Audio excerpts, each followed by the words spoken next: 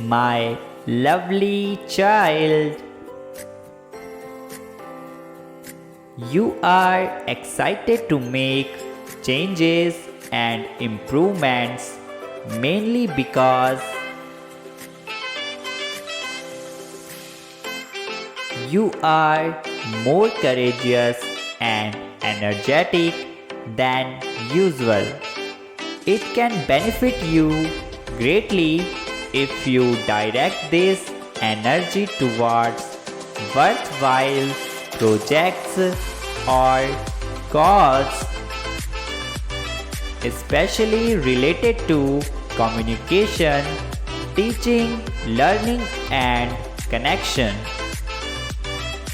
A spirit of gentle competition prevails as you seek to diversity and take on more challenges. This influence will inspire your confidence levels, so act on your beliefs and convictions. You may need to take time and reassess close personal relationships and social issues, but don't let fear disrupt the flow.